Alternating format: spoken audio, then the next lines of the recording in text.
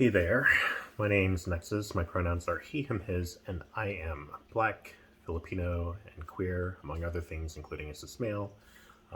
Also a lifelong DC resident, but I'm going to talk about those first three things primarily. It was interesting. I got my first vaccine shot last week, and generally have had an elevated level of anxiety walking around in public.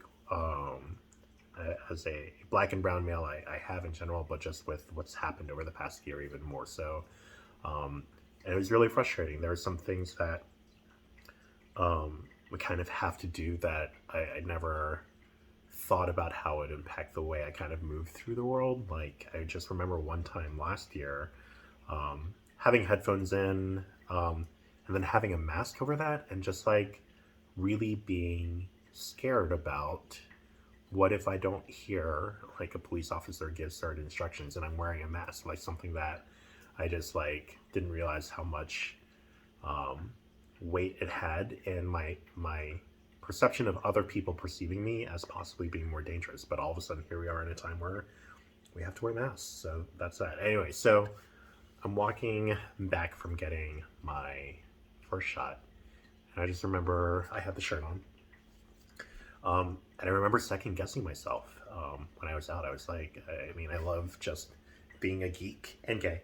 But I wasn't sure how much of that had become a way of me to code myself as safer, less dangerous. And it's one of those things about how much my like black identity is sometimes at odds with my queer identity, not because of blackness or queerness itself, but because of white supremacy, cis normativity. And it's just really frustrating because over the past couple of years, I've really embraced how much my blackness and queerness are part of each other. They're not separate things. They're not in their own lane. And one of the things I remind myself about this is just when I remember just like the origins of house music, something that I love, discovering house music when I first got to college and going out dancing all the time and still loving it. And house music started in the early 80s in Chicago, and very much was a product of primarily Black and Latino gay bars. I mean, house music has become so much more than that, but like that's kind of where it started, and it's just like nice to remember that was something that came out of this intersectional community and identity. So something I definitely hold and try to navigate. I mean, even going back to high school,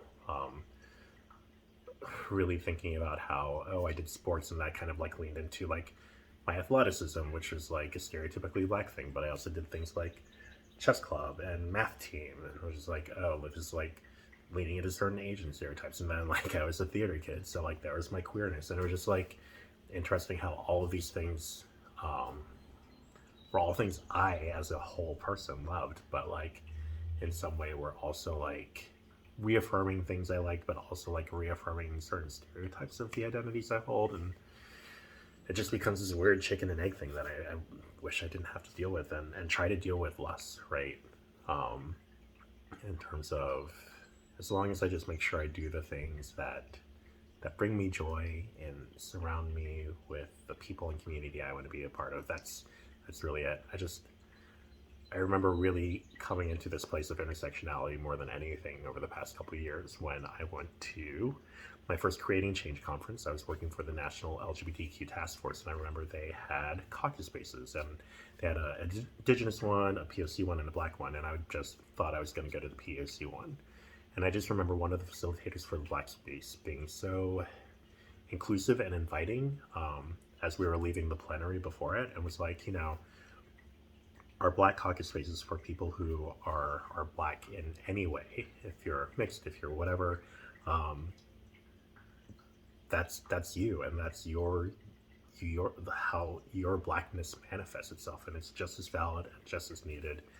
And before I knew it, I was just like, I need to go to that space. So yeah, just grateful to be there, and grateful to be like really leaning into this unique intersectionality of all the identities I hold.